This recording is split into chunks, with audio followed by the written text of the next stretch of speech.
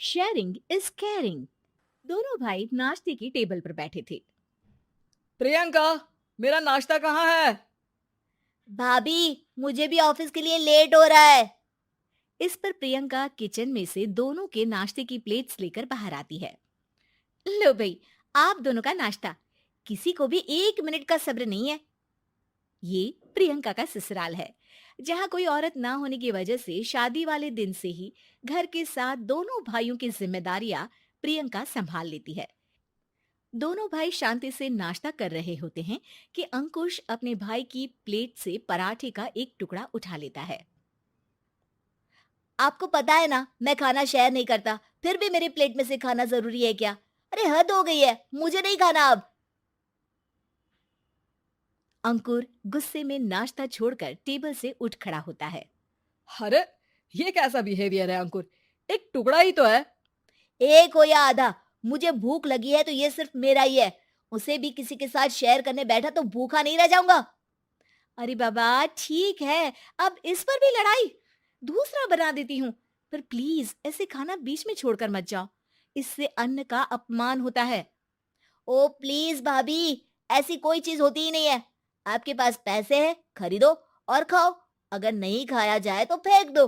अरे दुनिया में सब यही करते हैं।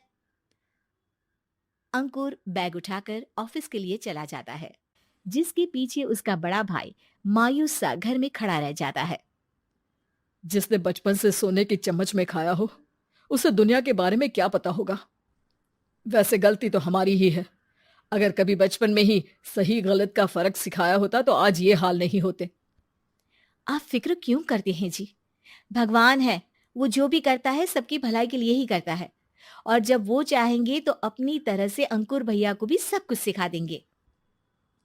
पत्नी की बात पर विश्वास कर अंकुश भी ऑफिस चला जाता है। सुबह से दोपहर होती है और अंकुर लंच करने ऑफिस के पास वाले रेस्टोरेंट में पहुंचता है, जहां वो एक साथ बहुत सारा खाना ऑर्डर कर देता है। सर, क्या कोई आपको ज्वाइन करने वाला है? नहीं तो क्यों? अब कुछ नहीं सर, ऐसे ही।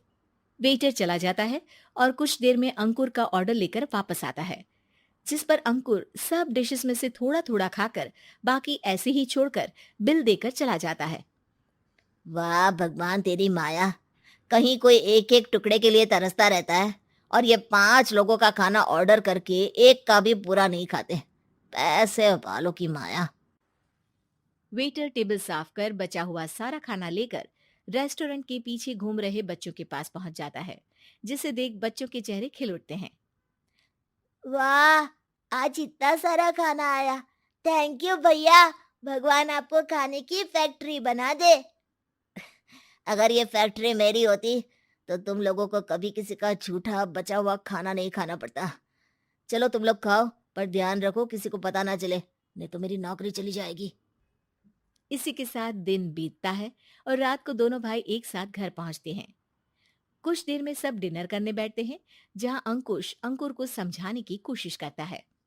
अंकुर, अगर हमें लाइफ में सब कुछ मिला है, इसका ये मतलब नहीं कि तुम उसका गलत फायदा उठाओ, बल्कि तुम्हें उसकी मदद से दूसरों को भी मदद करनी चाहिए। भैया, जिनके पास नहीं है उनकी वजह मैं तो नहीं ना। और ऐसे बहुत लोग हैं जिनके पास सब कुछ है। इसलिए अगर मैं एक इंसान कुछ नहीं करूंगा तो कोई फर्क नहीं पड़ने वाला।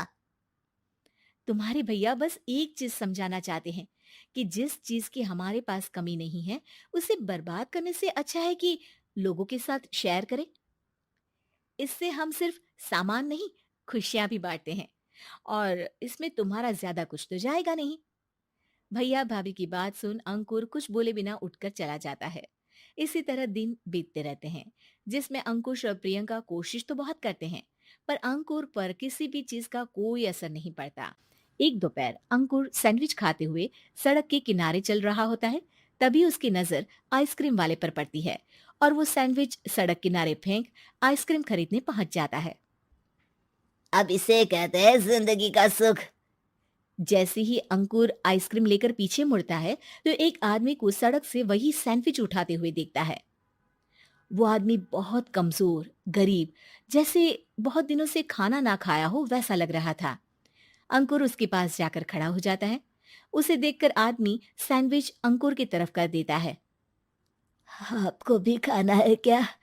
क्या हम इसे आधा आधा कर ले? मुझे बहुत भूख लगी है। वो मेरा ही झूठा सैंडविच है। तुम दूसरा खरीद कर क्यों नहीं खा लेते? इसे क्यों खा रहे हो? अरे भैया, अगर खरीदने के पैसे होते तो 4 दिन से भूखा नहीं घूम रहा होता। हैं? क्या?